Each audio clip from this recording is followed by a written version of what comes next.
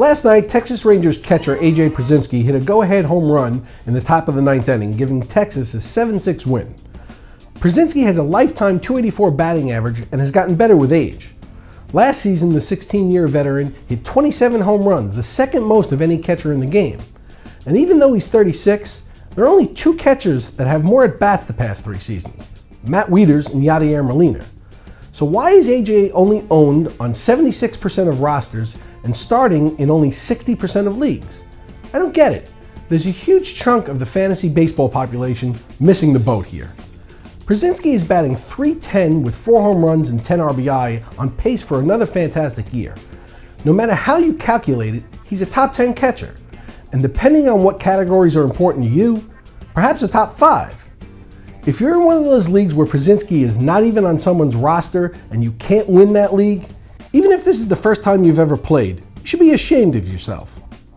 Alright, moving on. Cardinals starter Shelby Miller picked up another win last night.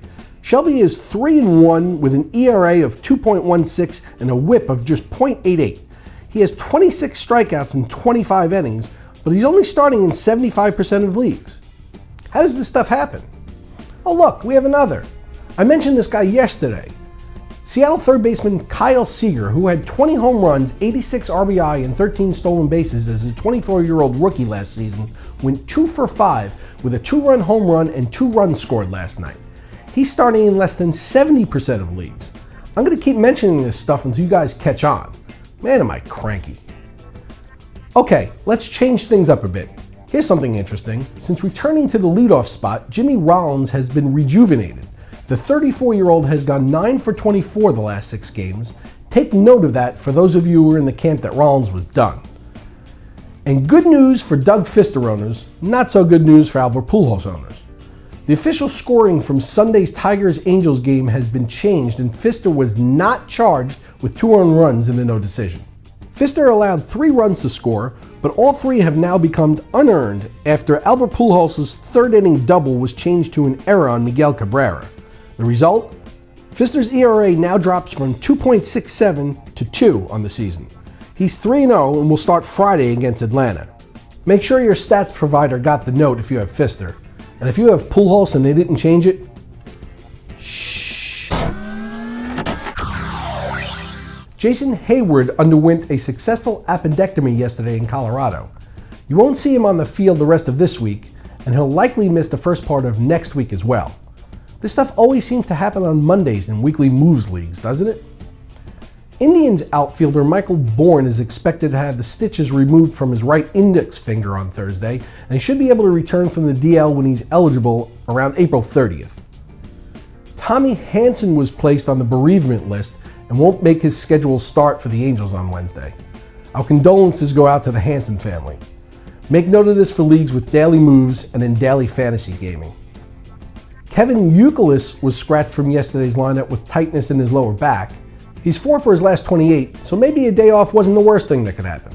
The Greek god of walks is listed as day-to-day. And Phillies catcher Carlos Ruiz, who is still serving his suspension for a banned substance, will begin a rehab assignment with Class A Clearwater today. He'll join the Phillies in New York on Sunday after experimenting with the latest undetectable drugs. Romeo in Anaheim, California writes, CC Sabathia got hit hard last night, giving up 3 home runs.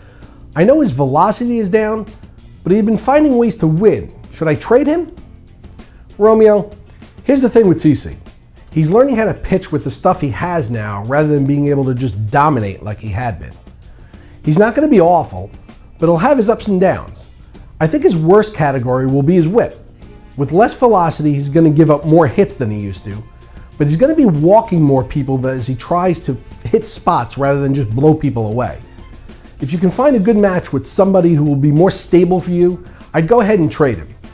But if you can't get something that's clearly better value, just hang on to him. It won't be the worst thing in the world. Or find a Yankee fan.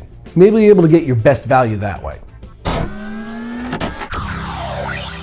Depending on what report you read, Robinson Cano may or may not be getting dragged into the South Florida Anti-Aging Clinic Biogenesis investigation, making Cano owners nervous.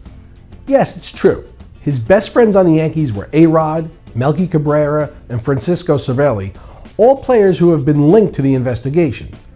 But that doesn't mean you should trade him. I've already seen people trade both Bourn, and Cano, fearing that the two will be suspended.